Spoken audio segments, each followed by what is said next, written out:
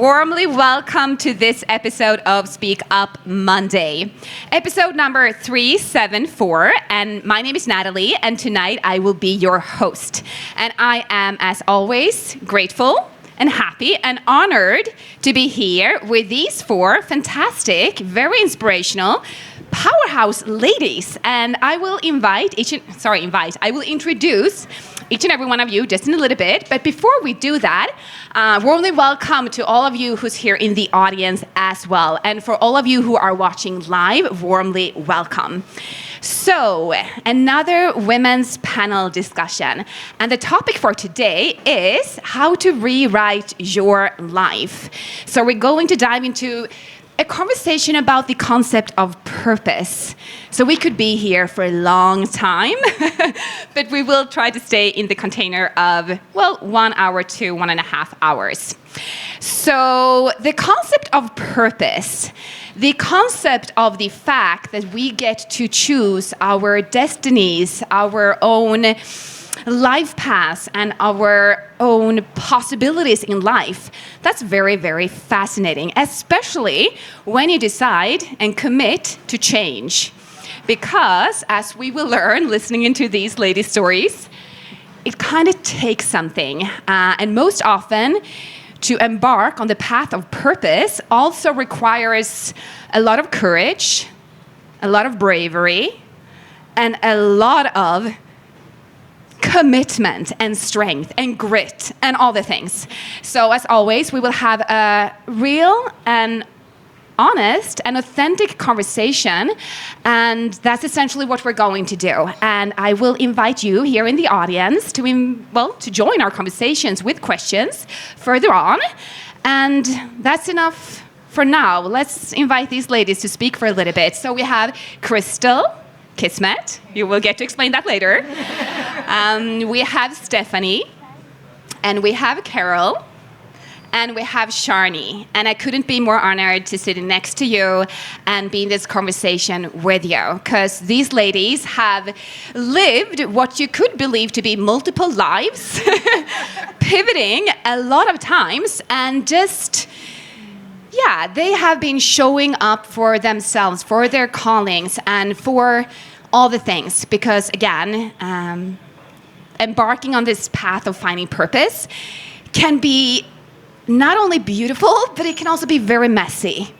It can be ups, and it can be downs, and it can be ugly and messy and all the things. But at the end of the day, it's also very fascinating to just see how things seems to fall in place, as we will find out as these women will share their stories. Okay, so we want to hear more about you. So a little short introduction: who you are, what you do, how come you're here in Bali. Yes, who wants to go first? Carole. That's fine. Yeah, I'll go first.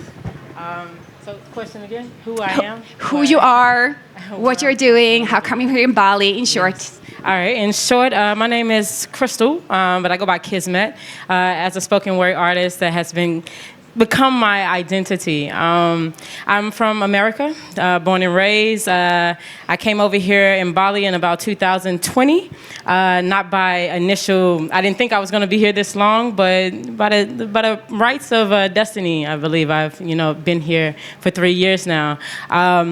What I'm known as is I'm known to be a spoken word artist, a spoken word poet, and I have a very deep passion for hydroponic designs. My background is in architecture. I fell in love with hydroponics and vertical farms while I was in grad school, and during that time, I continued to do spoken word poetry. Studied, did an independent journey of learning more about hydroponics, because I believe that it can empower us a lot as individuals to be able to feed ourselves, feed our families and our communities, and reinvent the way that we are taking care of ourselves. And with poetry, I like to use that as a means of me just streaming, the infinite creator's energy, an effort to help us open our hearts and our minds and our consciousness, all of that good stuff. So I think that's a quick, good summary of what I have and what I do. So Just an add-on, this lady is absolutely amazing when it comes to sharing poetry and just, yeah, your presence and sharing what comes from within. Just an add-on. So yeah, thank you, Krystle. Okay, Stephanie. All right. Hi, my name is Stephanie, and I'm the founder of Gracious Life. I started being a very successful film producer, traveling the world. But 10 and a half years ago, I got a call that my mother was seriously ill. So I dropped everything to be by her side and cared for her for the entire year. So in that year, it allowed me to explore a lot of facets about health in every sense, leading to the person that's sitting before you today. And now I guide people in their health and well-being journeys, creating holistic wellness solutions. I also do this in various forms of modalities like clinical aromatherapy, qigong exercises, nutritional guidance, bespoke programs in lifestyle medicine, well-being programs for global companies now, and curating signature holistic retreats to guide others in their own transformational journeys as well. And this has culminated in all my knowledge and experiences in those years to really show people that there's another way to living and being.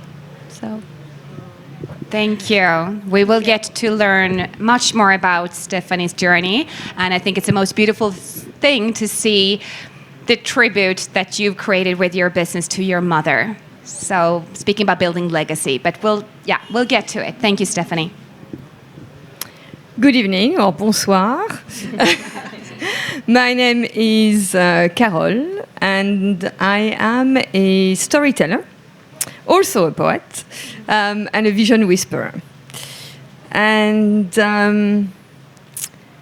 I come from a small village where everyone thinks very small, but I got out and I was educated to think that logic is the only source of inspiration.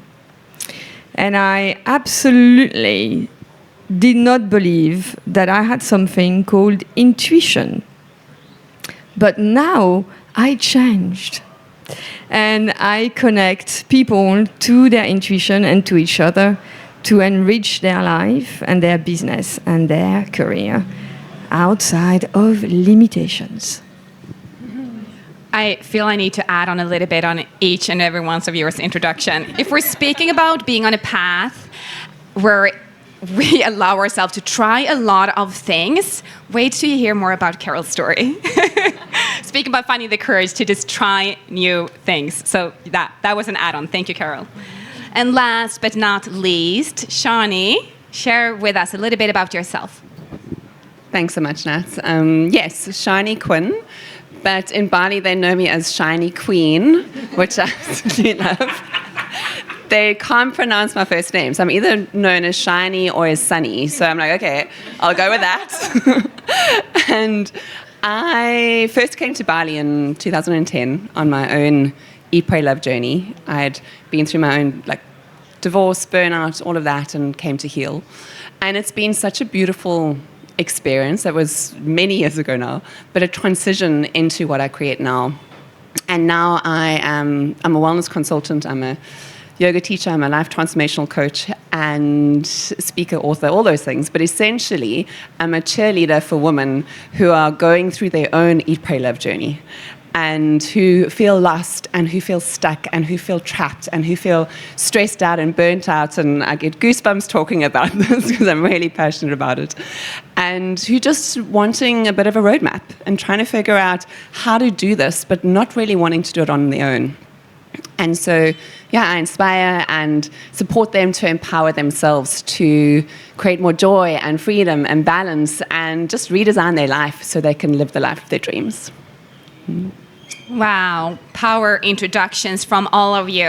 And Sharni, you are indeed sunshine. And just to let everybody here know that don't yet have all the details, if you didn't get it, Sharni was actually before Eat, Pray, Love. She did the full thing before the full thing got really, really famous. Just so you know, you will get more details. Thank you so much, ladies. Okay, so we introduced the topic.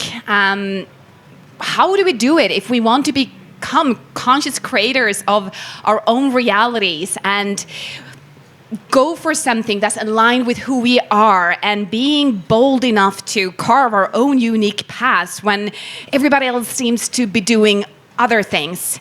I feel we cannot dive into this conversation without speaking about personality change, identity change, and essentially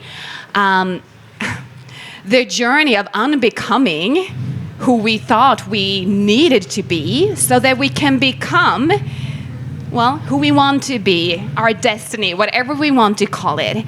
So where do we start? I know that each and every one of you have so much to share. So let's just start with going back in time, because obviously creating change starts with, some kind of awakening and knowing that, okay, this is not working. Something needs to change, and having the realization, okay, I am the one that needs to create this kind of change. So if you would bring us back in time, share a little bit about your old self, your old identity, so we kind of can understand the journey, in what you're doing, and not only what you're doing today, but why you are doing. Because I know that for each and every one of you, your story, your journey with all the things, the ups and the downs, obviously is a huge part of why you're doing what you're doing. So, Carole, would you want to start? Share with us. Who did you used to be? So I actually wouldn't frame the answer as who I used to be, because I don't believe that you ever stop being who you are. Well said. So I think it's a journey of re-becoming, in a way, because there are a lot of things that I do now that have reconnected me to things that I used to do when I was a child. And I would say that the reason why I'm writing a book right now is because there are a lot of things that I lost when I was a child that I need to be reconnected to. So I would think the biggest event that really encapsulates what I became and that explains a lot of things about me is the fact that I was sexually assaulted as a child. It happened once, but once is enough to frame your life in a completely different way and to develop all the thoughts, the insecurities that come with it. And that very, very, very much is part of me. And the reason that I'm doing what it is that I'm doing now, which is also a lot of work on intuition, is because I had to rediscover that I had an intuition.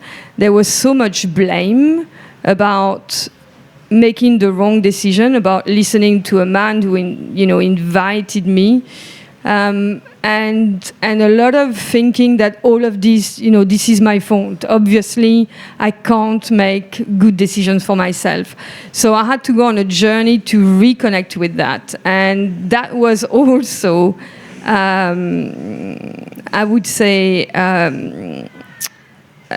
it became much more obvious as the years passed because I went through 4 relationships, which were not successful. So every time that there was an ending of a relationship, I used to tell me that there is something that is really wrong with me, and I have zero intuition. Obviously, that's not true, and the rewriting of myself, the understanding that the reason why I was able to escape the threat that I was under when that man was assaulting me was because I had intuition. But I only discovered that last year when I stood on stage here in Bali and told my story. And with that power, it was very, very clear that I really needed to tap into this, and it's a journey that I started to take a few years ago after a very painful breakup, thinking, what am I doing? And I don't want to be making the same mistakes again. So I really believe that your intuition is the best tool that you have in order to know what it is that you really want to do with yourself. Thank you for sharing, because we also know that there comes great power and healing with sharing our stories and also, of course, owning them. And to share them on stage is obviously, well, that takes courage. So thank you. So we're speaking about intuition, which comes very natural in this conversation and also obviously aligns to, well, finding, creating purpose, no matter what you want to call it. So most often also it kind of starts somewhere, and obviously there can be a lot of defining moments. There can be many different shifts in situations.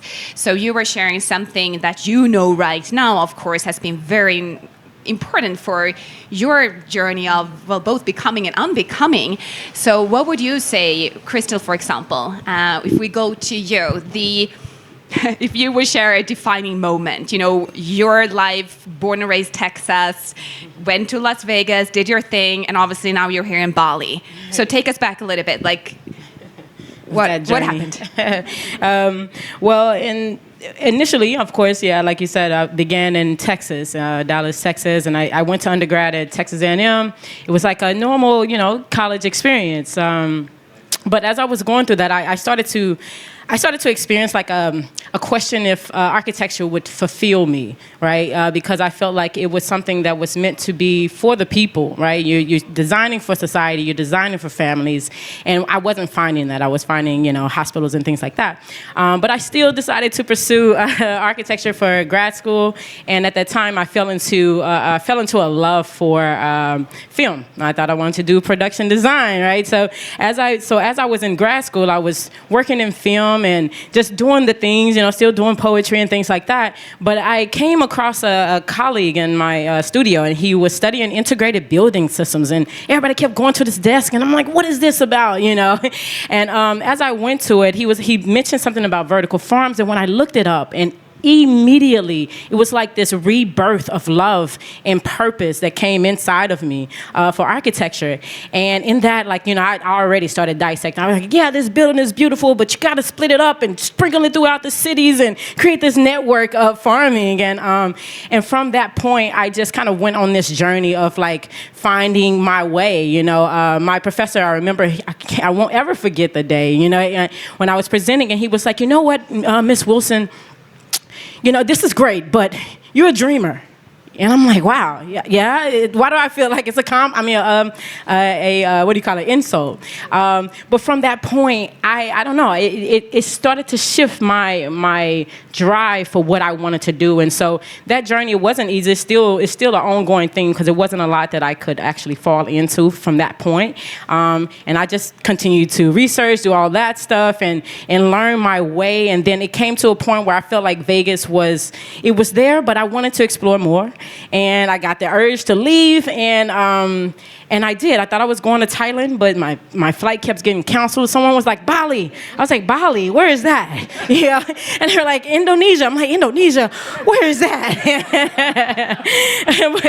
I looked on a map and realized it was close enough to Thailand. So I was like, you know, I got to go. I'm going now. And I did. And it happened to be March 2020. And as we all know, that's where the world changed. And from that point, I had the choice of either staying or going back to the States, and I just decided to stay. And since then, like, me following that intuition, and I wasn't one to always usually do that, but it has began to transform my life in a way that I couldn't have imagined. You know, the journey that I have here, I know, and I don't want to like hold the mic because I can go into that detail, but the journey of just being here in Bali alone has transformed me in a way to where I have a self-confidence and awareness that I don't think I would have been able to find if I stayed contained in the same environment. So that intuition, and right now I'm just always following it. I'm still working on hydroponics. I just really recently was accepted into an accelerator program. So I'm like, okay, we're making progress, you know, we're making moves. And And and so I would say, that could be my answer. I mean, poetry is. Can I say one thing about that? Just one. Yes, you may.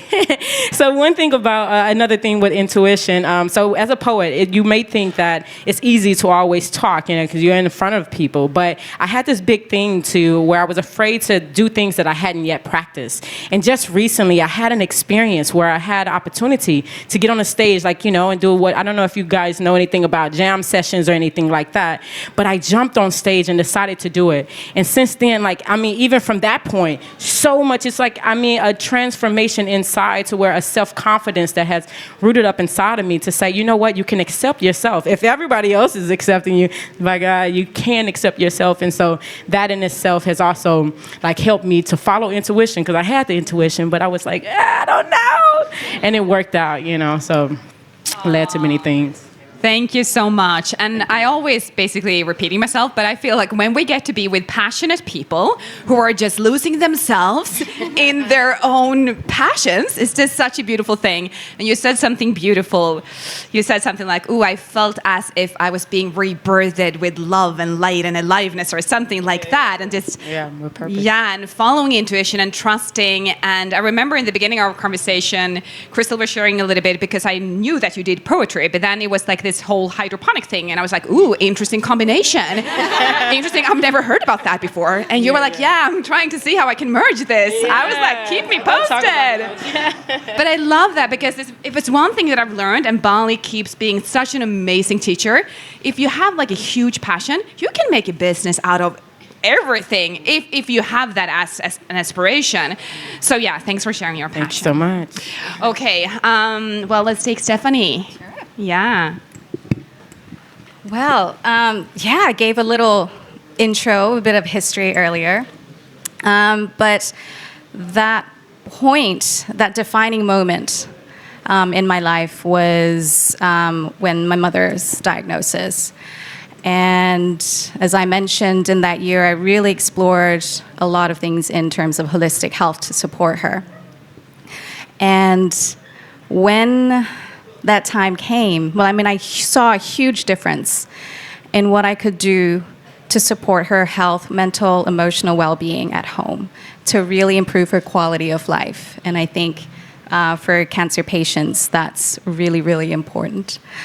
And so one day, we were living in Sydney. My husband asked me, what do you want to do? Because my heart was no longer in that film world and advertising, and my passion was no longer there. And I just said, I don't know why my heart is calling me to be helping people. I don't know where, what, or how this is going to happen, but that intuition led me to feel this. And it's like, all right, let's move to Bali and let's just see what happens.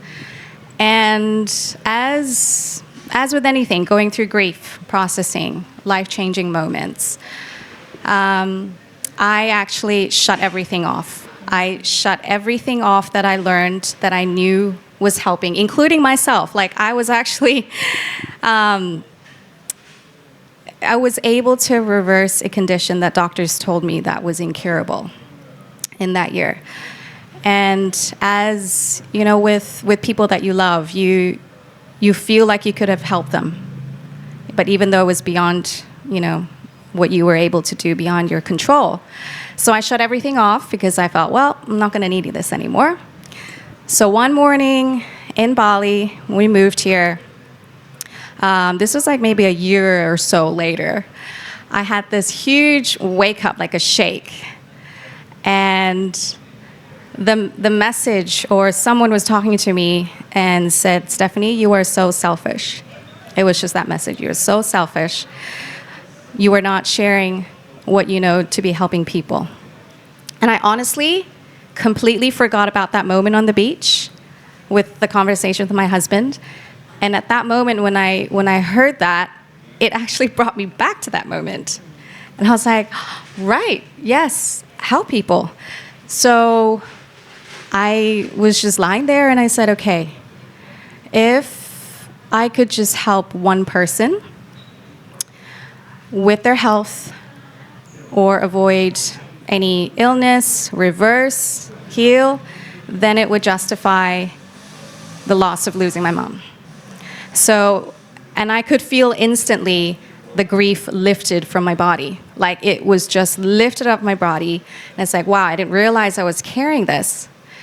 And at that moment, I'm like, okay, now what? Now what? But as you know, like when you put that intention out there, the universe would conspire. And soon enough, people would slowly come to me asking questions like, what can I do to help them? And eventually, the things that I learned and the things that I could help and to support and guide them in all these holistic areas was successful. And I was like, okay, well, maybe this is really my true path. And the second defining moment, again, tested me when there was a mysterious mass in my body that was not possible to get rid of without conventional medical methods. But I knew again that trusted in that innate wisdom in my body to heal. And once again, and this is the message that I want to share with people is that we all have that innate wisdom and that power to really heal. And utilizing all those experiences and knowledge, I was able to naturally heal from that and reverse it naturally in holistic ways. And that's why it's become my true passion to really guide others in this way as well, and showing, again, the intelligence that, you really do have this capability to heal, given the right circumstances. So it's been culminating of all these moments, and like what you mentioned, this legacy, it's a tribute to my mother. So A Gracious Life is a tribute to her because her name was Grace. So without the experience that I had, I wouldn't be the person that I am here today. Wouldn't be guiding. From that one person has rippled out to hundreds and thousands in nearly over a decade. So it's a gift. So, yeah, thank you. Thank you. First time I met Steffi, and she shared this story with me, and I cried. And then the second time she shared it, I cried too, because if we would have the time to get more details, it's just a very touching story and very powerful. And I loved it how you used the perspective of framing it as, so within everything, it brought me this gift, not only me, but obviously the world, because as for now, you're helping countless people. So that's just very, very inspirational. Thank you. Thank you. Okay, and we're obviously speaking about intuition, we're speaking about purpose, and you've probably heard the lady share a couple of times this innate wisdom, something that just lives within, that's bigger and greater than any what, how, shit, it's just bigger, and it's obviously big enough for us to just trust that, to go and have this unwavering faith that in some way, who knows how and what and why, it will just fall into place. So Sharni, and going back to what you were sharing in the beginning, people here kind of knows you like, sunshine, and as you can see, obviously, this glowing lady. And I think it's so important to address, because when we're speaking about, creating a change, rewriting our lives, creating something else, it's so easy to just look at the end result of what success, or whatever we want to call it, looks like. But what about these steps? What about the journey? What about the path? Like, what does that look like? What about the mess in between that actually creates the full thing? And I know, obviously, that you have been going through burnouts, you have been tackling personal challenges and so many things, and that is the reason why you feel so massively passionate about what you're doing. So same thing for you. What do you want to share with us a little bit? Not where it started, not when you were born, but just basically your defining moments. Sure. I know it's been a couple. There's a few. Yeah. And I think I'd also like to actually just start, just before I get into those defining moments, I'd like to just say, you ladies are all such an inspiration.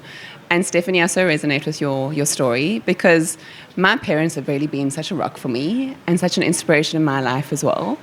And thankfully, they're also still here, and they're actually in Bali at the moment. So in their 70s, they've been running around the island, and we've been on the bicycle and stand-up paddling and all these crazy things.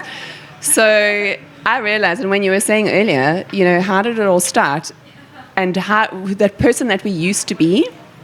But like you mentioned, Carole, it's not about being a different person. It's actually coming back to who we essentially are. And my story did actually start at birth, and I'm not going to be here for sharing a story over the last 40-something years. But it really is about, I've always been a free spirit. And I've always been a woman who can't be stuck in a box. There's free butterfly, and I need to have that freedom. And I was actually born, my parents decided to travel around the world for a year. And they were 25 at that point, and at that stage, 25 was pretty old to not have any kids yet. They'd been married for 5 years.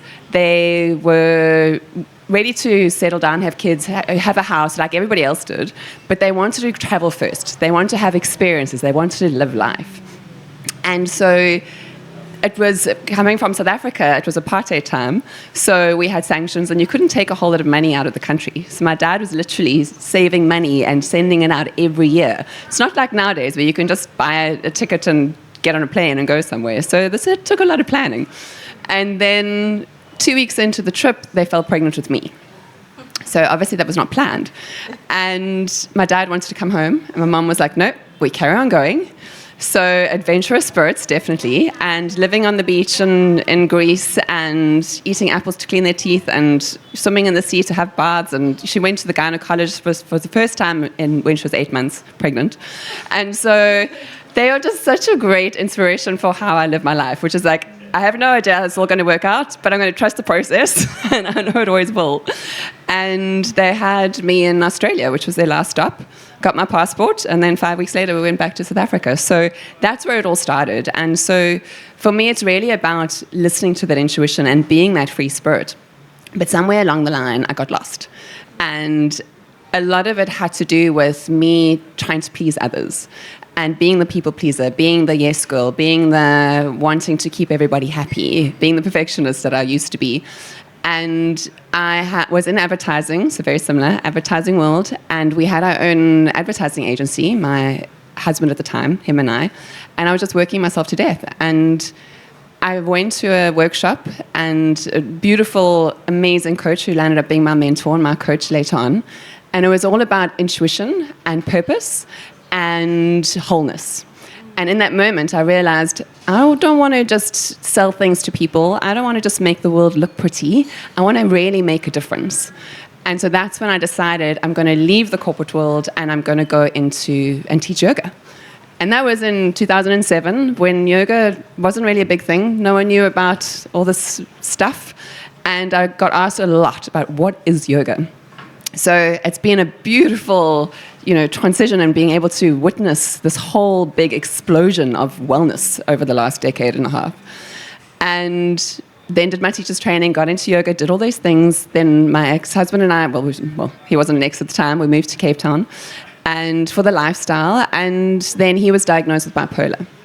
So we had about 2 years of him going through the ups and downs and which medication works, which doesn't. And at that stage, I was the breadwinner. I had to be there performing, supporting, earning the money, doing design work, trying to get my yoga business going. And I don't know if there are any yoga teachers out there, but you'll learn that you don't make any money as a yoga teacher.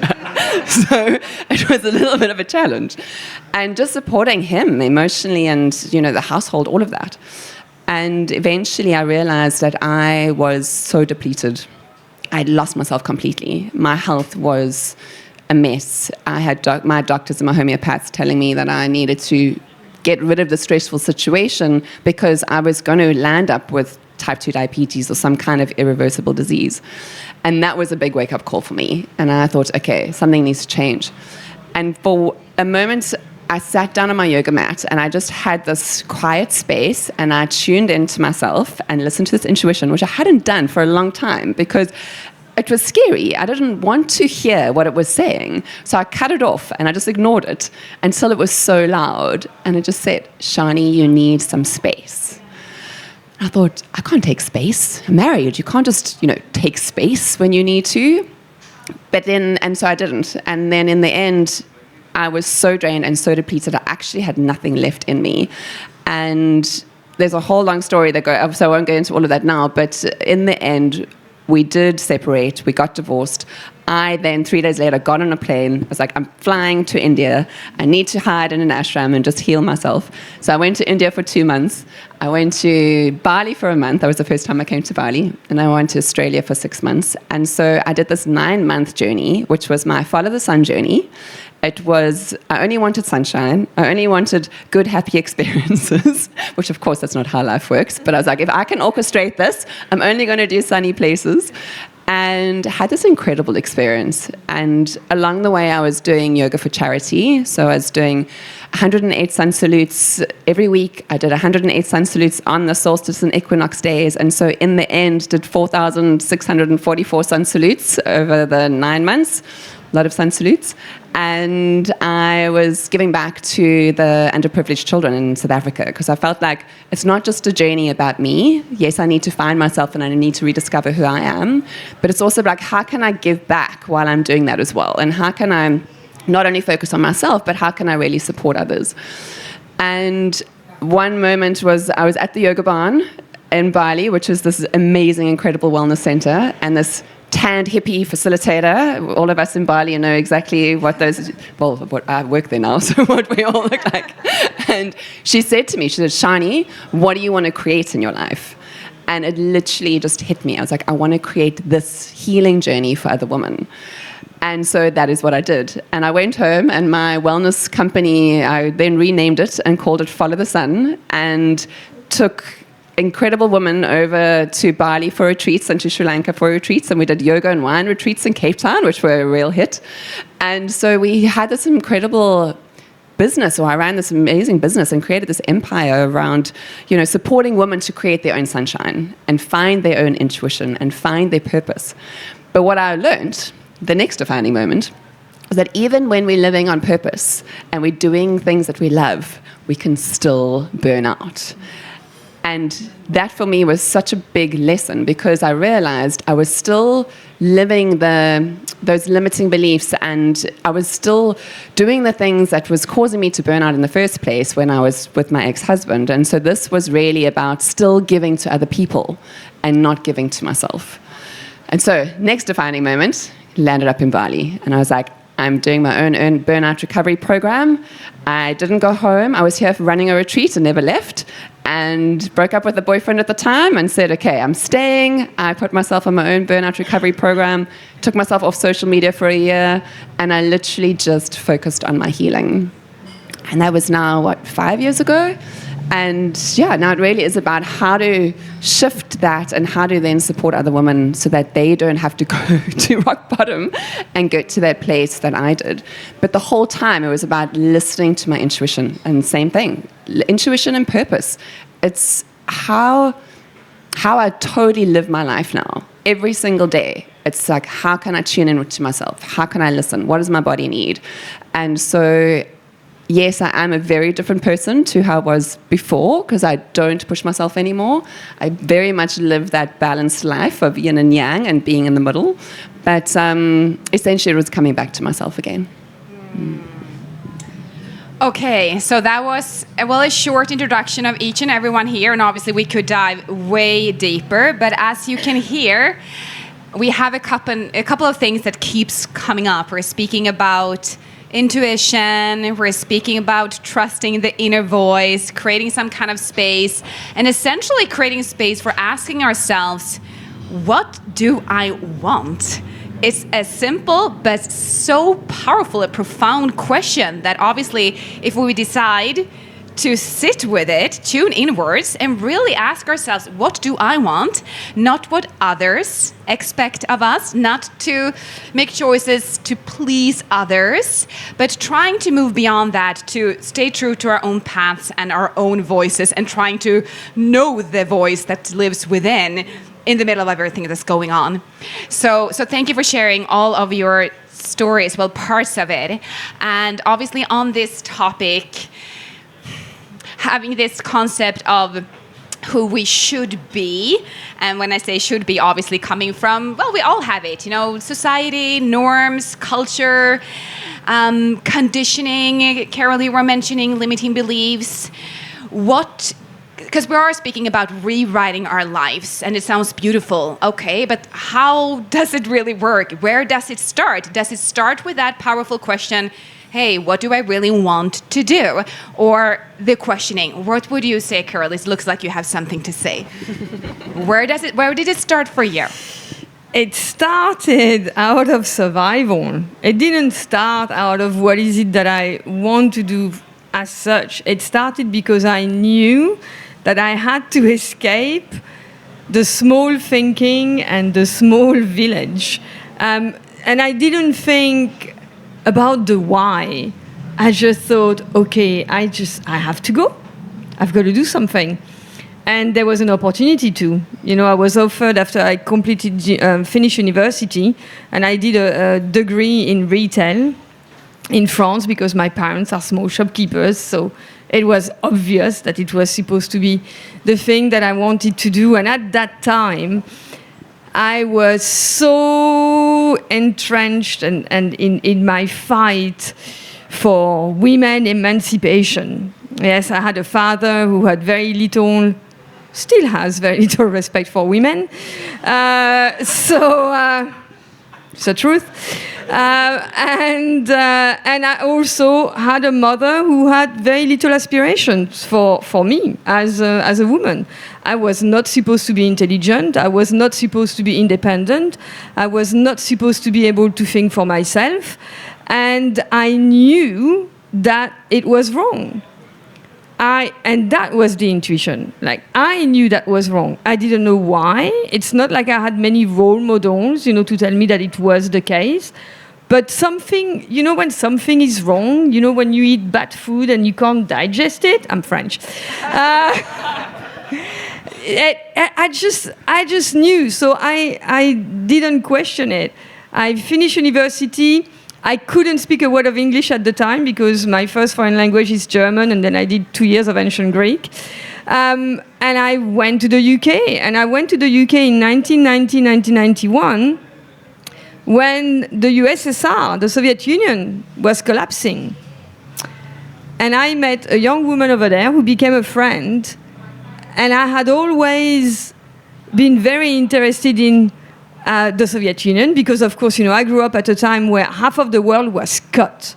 Like, you just couldn't go there. You couldn't go east, yes? And suddenly doors were opening, and I thought, this is a historical moment. I have to be able to experience it. And I asked her to find me a job, and she did. And I received a letter 9 months later, yes, because it took a long time to get news at the time. And I packed a trunk, and I crossed Europe in a week. That's what it took. Just to say that intuition, so you actually defined it as this voice of wisdom, yes? It is also a voice of madness. And I can vouch for that. Because at the time, I didn't even know where Lithuania was. I didn't know that it was going to be minus 30. And I brought my little, the only pair of shoes that I had at the time were summer shoes. I was mad. I was so completely and utterly unprepared. But there, I met 3 entrepreneurs, half Belgium, half Bolivian. I then, I started helping them opening supermarkets. They then gave me the keys to the first ever self-service supermarkets in town. So I was there in Lithuania, in Vilnius. And I managed that supermarket for a year and a half. Then I imported fruit and vegetables for the supermarket because we were growing. And then I had enough. And I became the assistant to the cultural attaché, and I organized events, drinking champagne and eating caviar. Amazing! It beats cold rooms and fridges any day. And then I fell in love. And again, that wasn't like my intuition in a way. Like you do things and you don't think. And then you have to make decisions that might not make any sense if you continue to define yourself as this independent woman. I fell in love with a tall Danish man who told me that he didn't want to stay in Lithuania. And I wanted to. This was my home. I speak the language, I had put a lot of effort and time. And women, when they invest time and effort into something, it's very hard to walk away, which is why we're rubbish at living bad relationships. That's another story. And for all the love, that I had for Lithuania, and I really, really, really, really wanted to stay, I also had this chance to follow love for the first time in my life. I didn't find love until I was 23, or had a relationship before that. So I had to trust someone. I didn't only trust myself here. I had to trust someone, and I followed. And he actually opened to me the world of traveling, because he took me to Australia, to New Zealand, and to India before he imprisoned me, or I imprisoned myself in the UK for 20 years, which was a mistake. But it is also the other thing, is that whatever happens, whatever you lose, there is always something that will happen to put you back into place. Yes, and several things happened when I was in the UK. The first thing that I could do was be a cleaner. So I moved from the French embassy, which was amazing, to cleaning toilets in a bed and breakfast in Essex, England, of all places. Which, if you know anything about Essex, you will understand my pain. And unfolded afterwards a career in tourism, and then I became a lecturer in tourism, and then I created my own consultancy business in tourism, and then I had several breakups that led me to taking a coaching course, to relearning about intuition, and to ending up in Bali. Yes.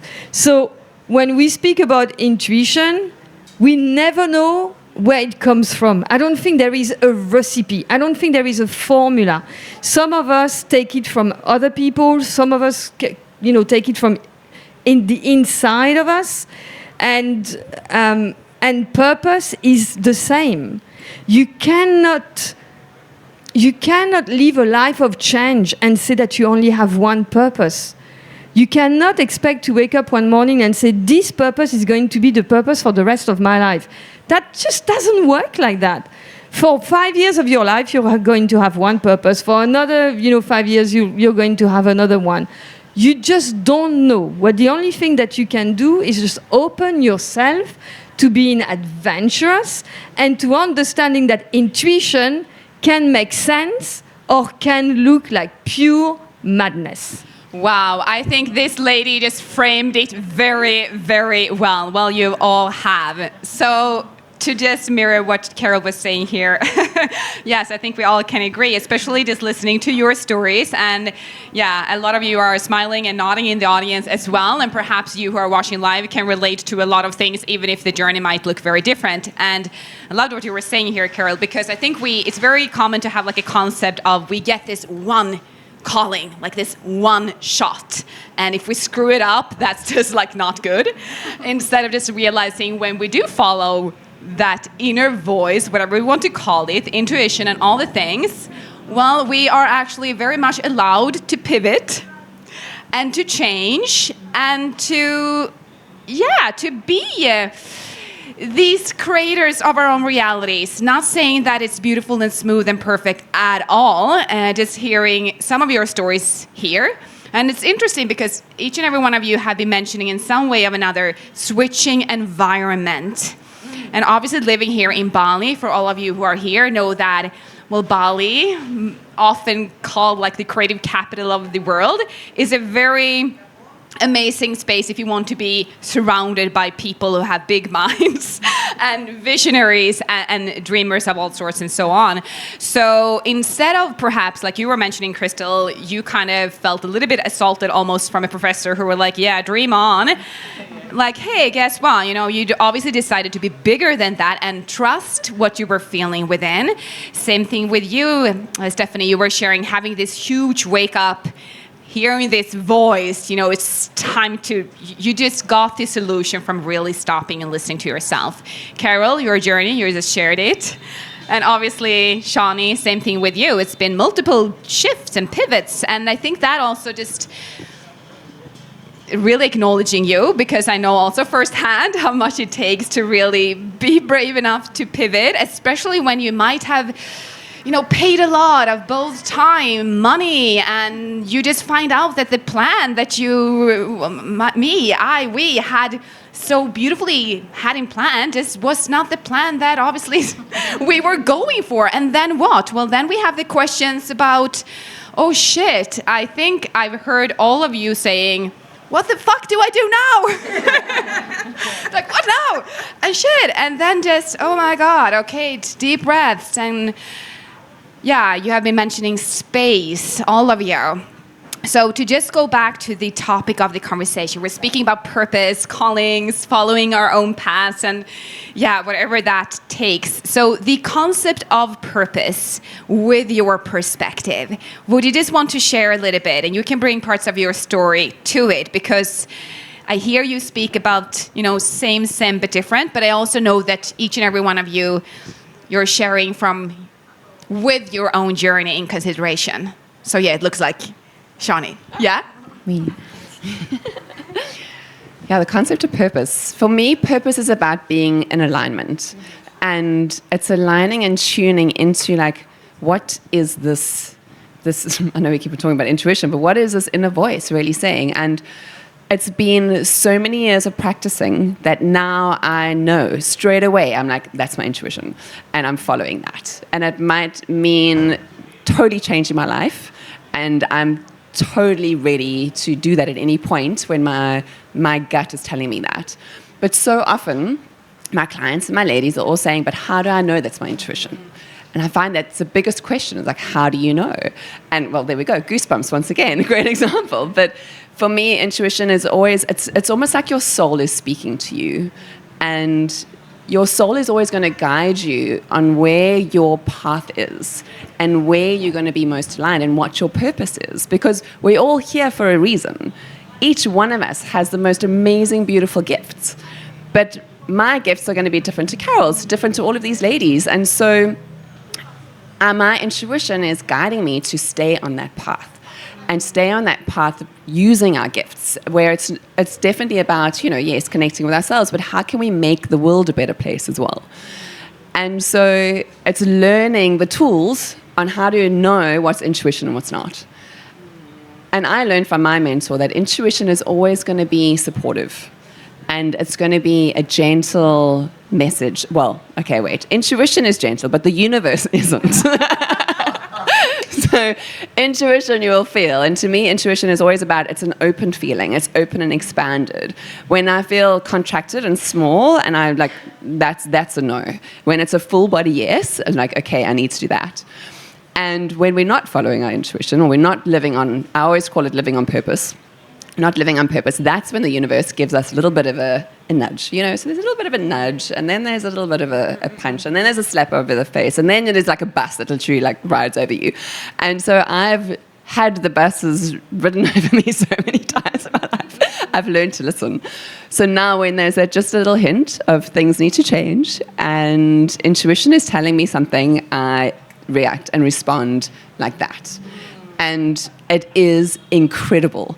By living this way, and coming back to what I believe purpose is, it's about living in alignment. And when you do that, everything flows.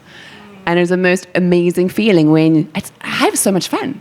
I like play with the universe and like, okay, let's be in flow. And how's this going to work? And oh my word, I'm going to just book a flight, and go back to Cape Town and, follow these things. And it's just, you never know where you're going to land up.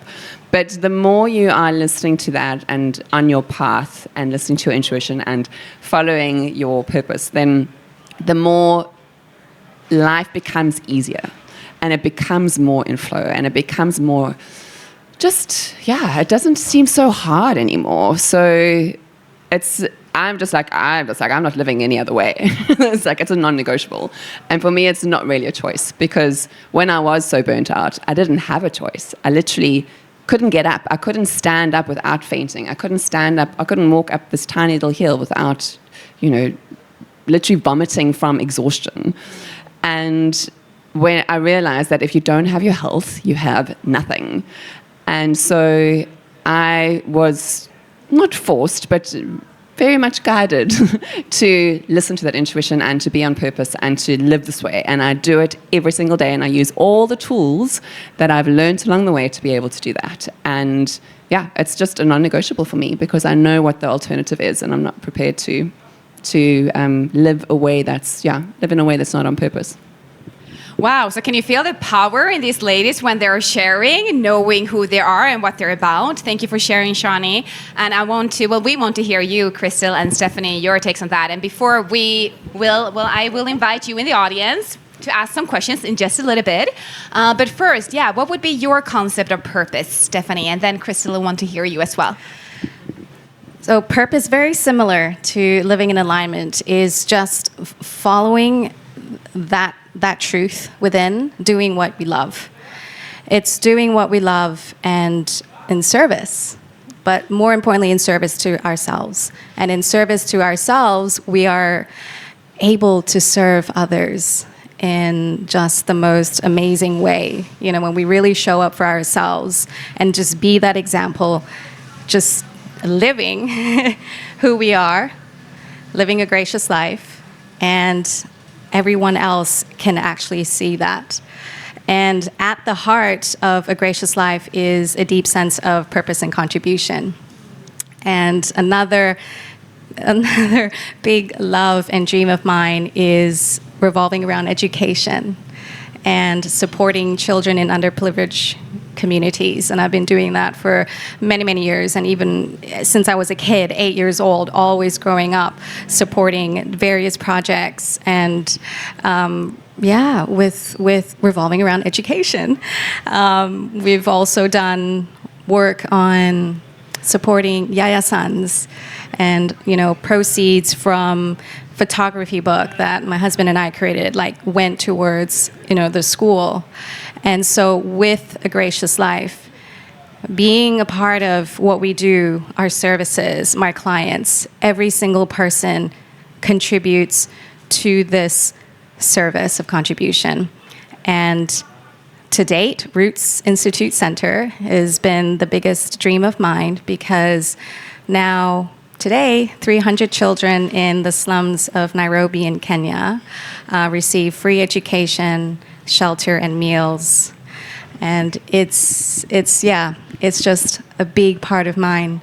And again, following that purpose, following that intuition and what we love, things will, again, the path would be laid out to you. And so it's been such an inspiring ups and down journeys that has, brought many, many opportunities to really, really impact people. So not only are we impacting in the people around me, their own health and well-being, but they are also changing the lives of other people.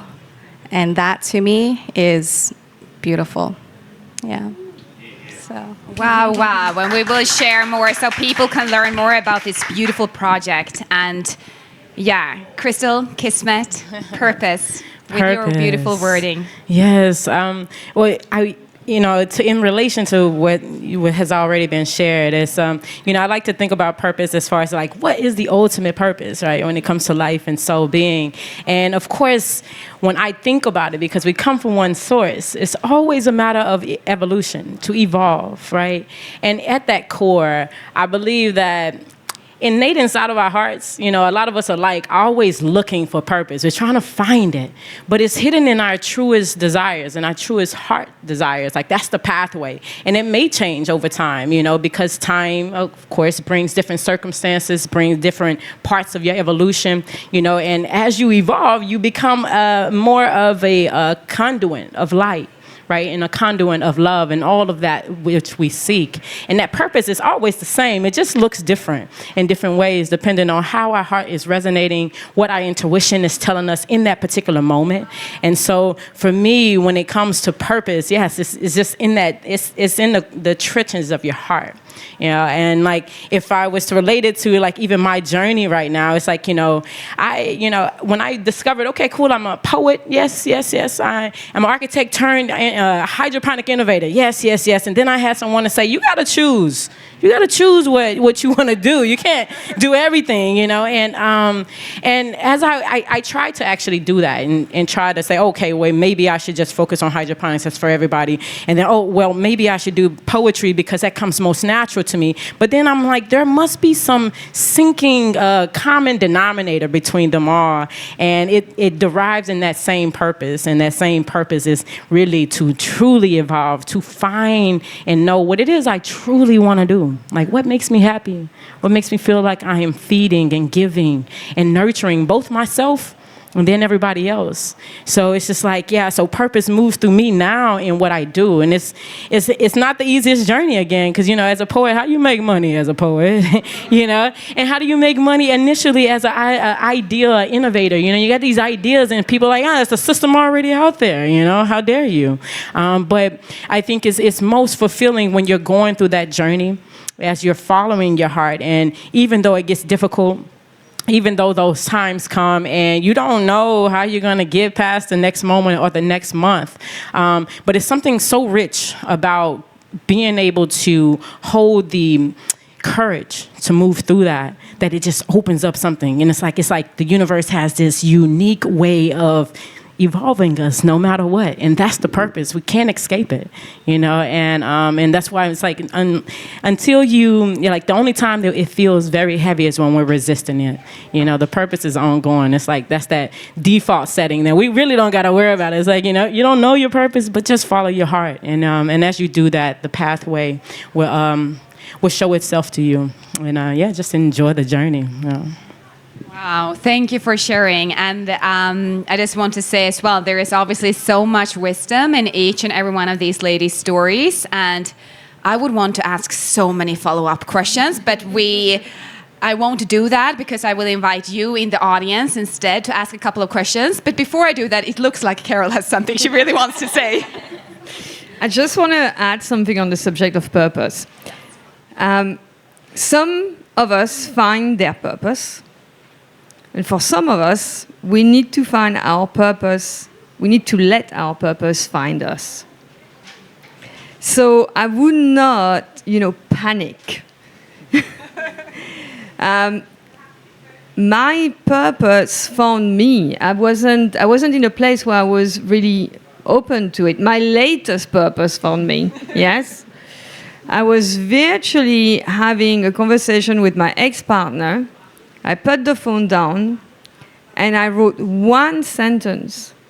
Something came to me where I needed to write that one sentence. That one sentence became the beginning of a book. It became the beginning of a short story. That short story became a present to him. About a year later, I read that short story to a couple of friends who said, we need this to become a book. And it has now, become my purpose because of the meaning of the book and what I am writing about. So, and poetry came back to me like this, as well. It wasn't my intention. It just fell on me like the rain. But that time I didn't have an umbrella. So I'm still, in it, and I'm still being drenched. But it's warm water, and it's something that is very, very beautiful. And and to add to everything that has been said, this thing about alignment, there is also another way to express it. It's to live with integrity.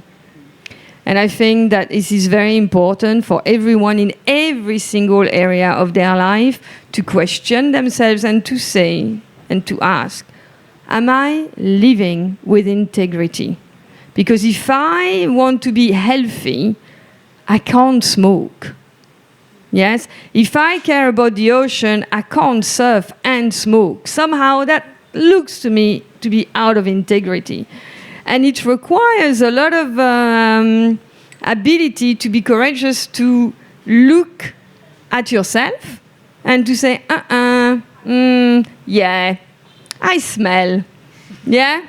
Let me readjust what it is all about. But this is this thing. It's courage to go out to do things, but it's also courage to address the imbalances, the lack of integrity that you live with.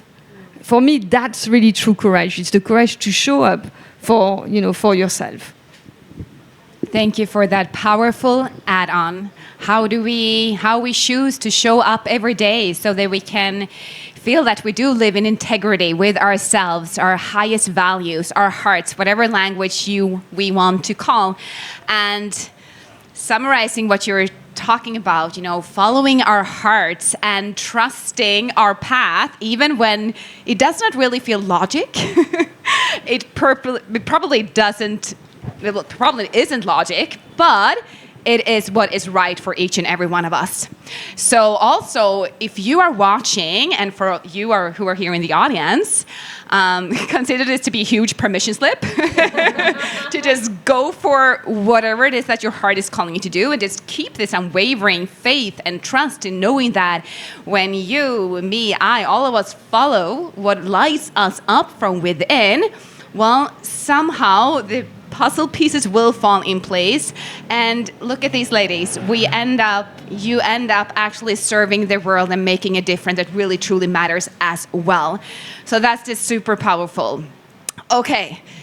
Thank you so much for sharing. And for you beautiful people sitting here and just smiling and being amazing. Who would want to ask a question? A follow-up question to any of the ladies? Yes, I know. We have someone here who wants to ask a question. Shoot, do you have a mic? Yeah. This lady can go first. Ladies first, obviously. I'm English, gentlemen. So. Thank you, so kind. First of all, thank you, ladies, for sharing. Your energy, you guys are emanating, you're glowing, and it's super nourishing. I'm like, I don't even need to eat dinner because I feel like I've been fed. So thank you for that. Oh, sorry, mic drop. Question I would have is, it's very clear that you guys you continue to discover your purpose and become who you are, and that's an ongoing journey. And so for anyone who is watching who doesn't have the ability to be in a place like Bali, which just gives you so many of those gifts, I think it'd be really helpful if each of you could share from a recent moment where sometimes your inner critic and those limiting beliefs and things that come up when you're doing work that is so intrinsic to who you are, can get the best of you. Is there something in each of your individual toolkits that you do, maybe one thing, to reconnect with your intuition and kind of set you back on that path of your Google map to your end destination? I absolutely lean unapologetically into my emotions. I think too often we are told to just move on, and in a way it's also my tool of creation, and I've had to accept that. Yes, so I live with the fact that I need to go through the whole process of crying, of wailing, of feeling like a victim, blah, blah, blah, blah, blah. And then when that's done, I'm ready to move on. But if I try to hurry the process, it doesn't work. And as a result of going through that process, I write amazing poetry. So thank you. It's an understanding of the fact that actually it's a good thing to be yourself and to go through these emotions. It's not a bad thing at all. So be emotional. Thanks for the question, Bhavna. Really good one. And for me, it's yoga is like my biggest tool that I use. And no matter how I'm feeling, and especially when I'm in that space, it's like, get on my yoga mat. And that's often when we fall off it. We're like, I don't have time, I'm too busy, or I'm too, life is happening. And that's when I need it most. We all do. And for me, it's because what yoga does is about, and this is what I'm really teaching and how I teach, it's about getting out of our heads and getting back into our body. And when you're back in your body, that's when you're tuning in again. That's when you're in your intuition. That's when you're feeling guided. That's when you can really listen. Like, what is my body telling me? What is intuition telling me? And so often we get so caught up in life that we forget. So, yeah, that would be my tool, is get back on your yoga mat. Krystle and Stephanie. For me, similar body work is Qigong. So with Qigong, I was able to cultivate this inner awareness. And this inner awareness has been a guidance for me in understanding more about myself, my emotions, energy. And it actually allowed me to conquer a lot of mental and emotional challenges, truthfully. Because, with Sharni, always people pleasing, constantly thinking about what other people think and, what am I doing? That has reduced a lot. And there was a moment there's one point on one of my sessions, it was just like, I don't care. It's like, I really don't care. Liberation. It's like, I really don't care what other people think, what I'm doing. And these doubts, obviously, you will still keep coming back. We're only humans. But I keep coming back to that stillness, that awareness. And then I'm just like, it just feels so liberating and free when I go, poof, it just go, poof, and then literally just watch it go away. And so that's my tools and one of my little tools in my little toolbox. Yeah. Yes, thank you for that question. Yeah, it's one to sit with, But for me, I like to center back into meditation, and sometimes it's not the sitting in a Indian stand or what do they actually call it? What's the lotus pose? Yeah.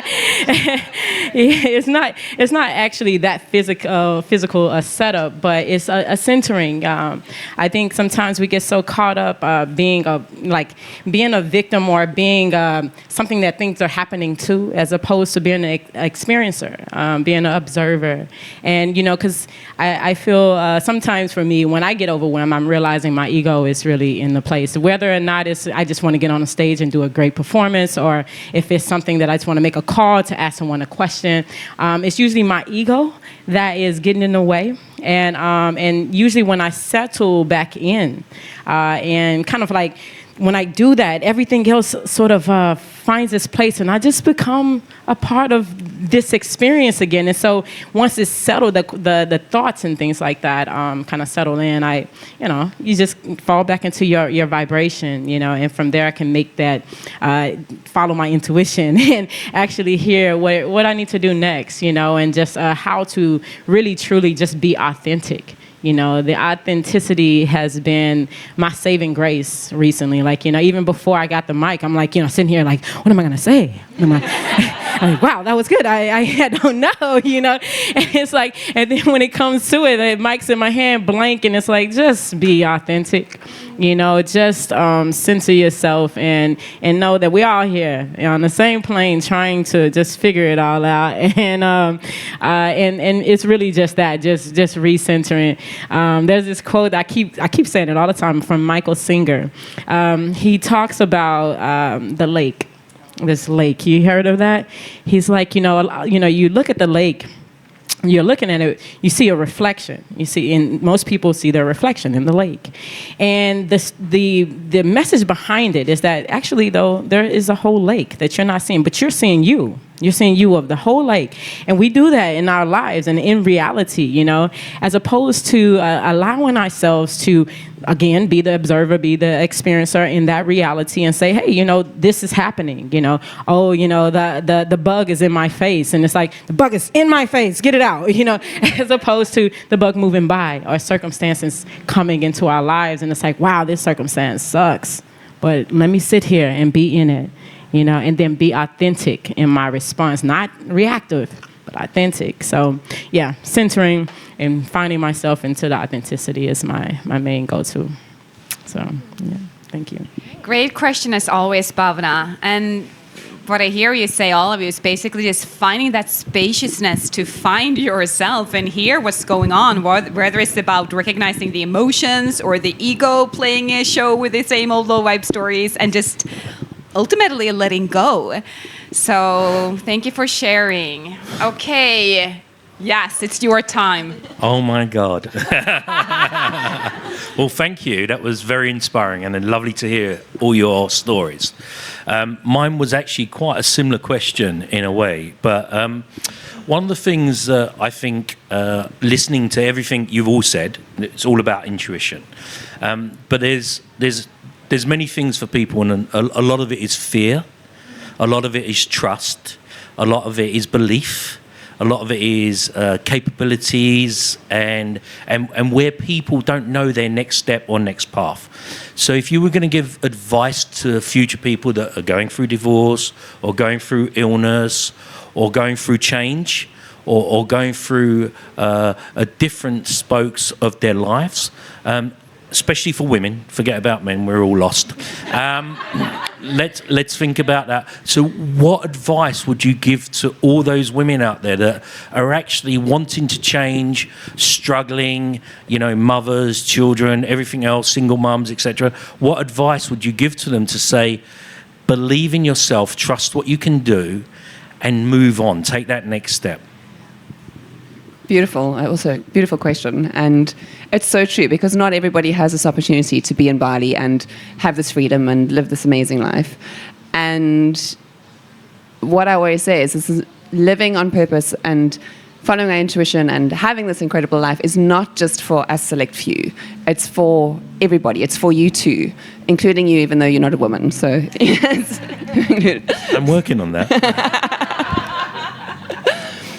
And just something that came to me was when I was in my deepest, darkest space of despair, I was sitting around the campfire with my parents who had removed me, literally taken me out of the space with the situation I was in with my ex-husband, because it was actually quite traumatic and dangerous, and they just took me out of that space. And we were in the middle of nowhere. There was no cell phone signal, so I knew he couldn't get hold of me. And so it was a space where I felt safe again.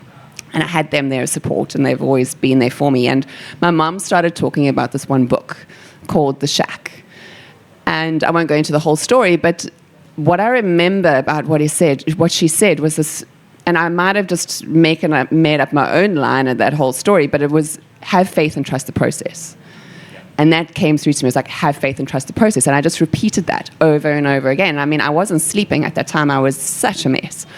And I just repeated that over and over. Have faith and trust the process. Have faith and trust the process. And that was the first night that I actually slept.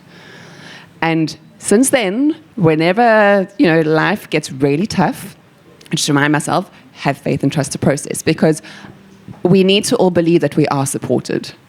And I believe there is a higher power that is there supporting you and guiding you. And it's just about creating that space and letting go of this life that we feel like we should be living, and let go of the expectations that we have, the trying to please everybody else, all of that, and just trust and know that you are totally supported, and you just need to follow those signs, and they're there for you. And the more we do that, the more, as I was saying earlier, the more everything opens up and flows. And that's for everybody, including the single moms who are having a really tough time, including the care workers, the caregivers. It's just have faith and trust the process. to mothers specifically, the question that I would ask myself is, what kind of legacy do I want to leave my children? In my experience, because I'm still working on my faith and my self-faith as well as just spiritual faith. It's not really that faith that pushes me forward. It's what I'm doing in that particular moment. So I have faith in what I'm doing. I don't necessarily have faith in the universe or faith in myself. But I am so attached to what I'm doing that I'll do anything in order to do it. And something that really also helps, because right now I am, experiencing moments, and the two of us, we will know, when you decide to be an artist, and suddenly it lands on you, oh my God, I'm an artist. And how am I going to pay the bills? And I started writing this book a year and a month ago. If I had known that it would be taking such a long time, I probably would never have started it. So this ability to be rather delusional does help. And I would resume it as such, like, just take one action. What is the next action that I need to take? You don't think about all the other actions, because then you will stop, yes? And also an understanding that I used to teach women how to become free, fabulous, and fearless. Fearlessness does not mean that you are fear-free. If you were fear-free, you would be a psychopath. So to have fears actually is part of the process. But to have an end result in mind is what is going to drive you. And if that end result is just do one little thing at a time, and then it might take 5 years. Some people take 5 years, some people take a month. There is nothing wrong in any of the processes that people choose to embrace, as long as they go towards something. They go towards a destination, and they know where they want to go. And even if they don't know, just taking that one step might mean that someone is going to suggest something where they're going to have this moment. Yes, like it's happened to me.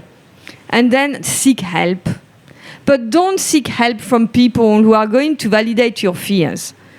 Seek help from people who have done it and know, and will not blame you, will not wrong you for wanting to be who you want to be. On the topic of seeking help, in relation to health especially, as a woman, I went through a couple of health challenges revolving around women's health. And now I lead other women in that.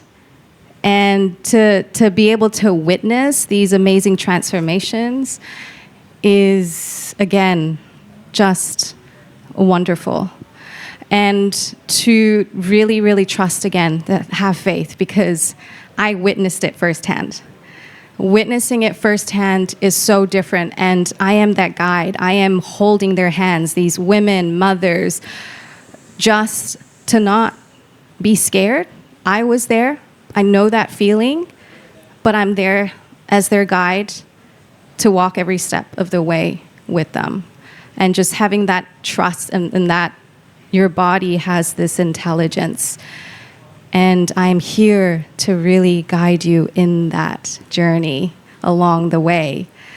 And seeing them come through it, I mean, one of the ladies actually said, I no longer need surgery anymore. To hear that from her, wow. I mean, it's I'm getting goosebumps. So again, it's, coming from a woman myself, and just really, really lighting that path for them, and just say, there's another way. And if you would allow me to trust in me to guide you, I'll be there with you every step of the way. And yeah, by just hearing that. Just hearing someone there to support you might just be that one step that they need to take. Yeah, no matter how scary that is. Yeah. So. Wow, it's beautiful. So, like on the touch and topic of fear, and I would say that we would have to start with seeking that help, seeking for that support system.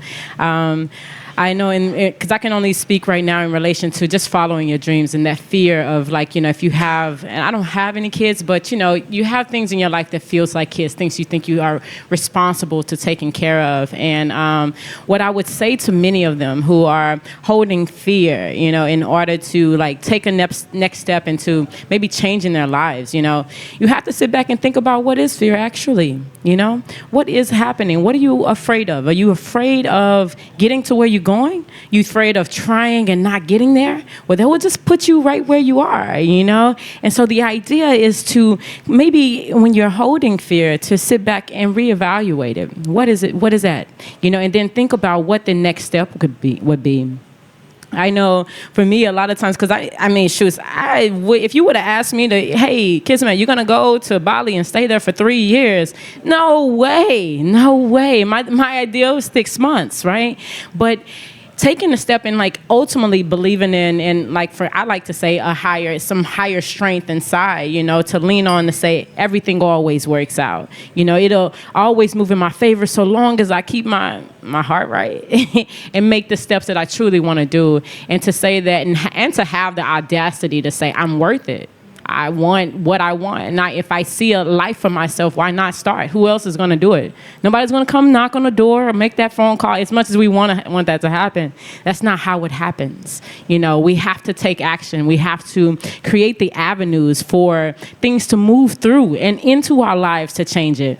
But if we're doing the same thing, nothing changes. It can't come in because we still have that same wall up. We still in those same boundaries, So it's we have to take that initiation. So I would just say, if you see fear, that must mean that there's something else greater on the other side, and to just step into it, and find the support that you need, find those people who hold the strength that you're looking for in order to make that next step. So, yeah.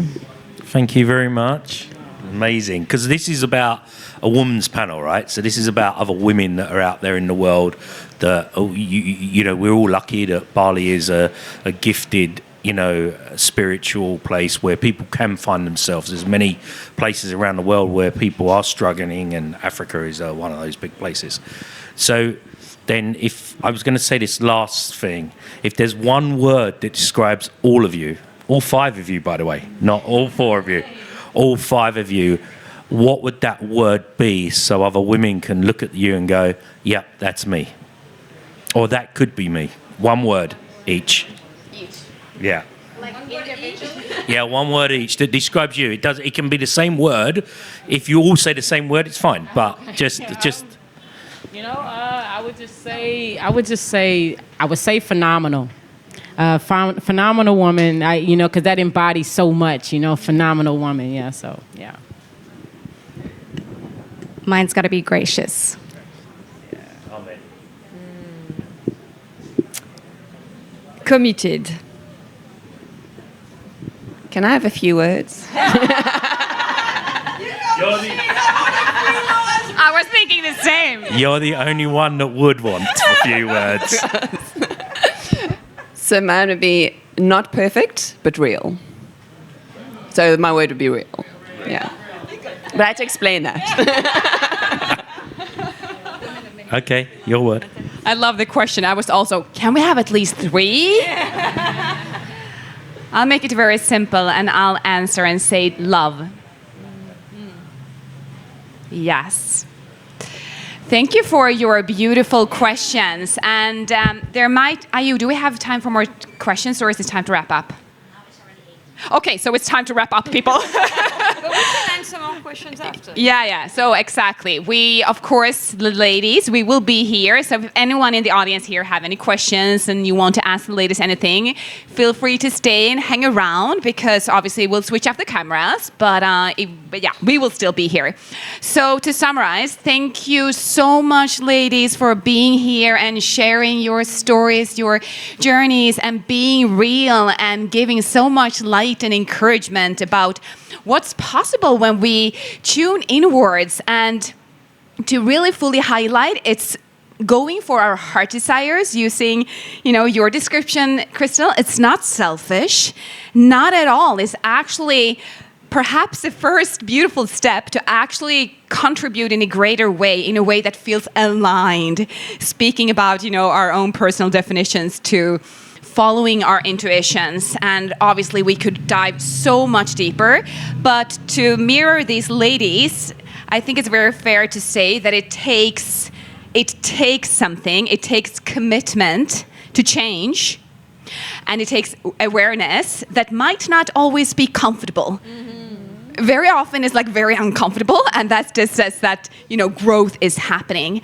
And also to just be willing to show up for the work, not one day or when it feels good, but to show up for the full thing when it feels like rock bottom, beyond rock bottom, and another rock bottom, and more than that. And obviously that's also how we grow as we go, and that's how we develop resilience. And listening to you, each and every one of you obviously have so much wisdom to share, and we're just scratching the surface. But we're already a little bit over time. My apologies, but it was just too good to interrupt.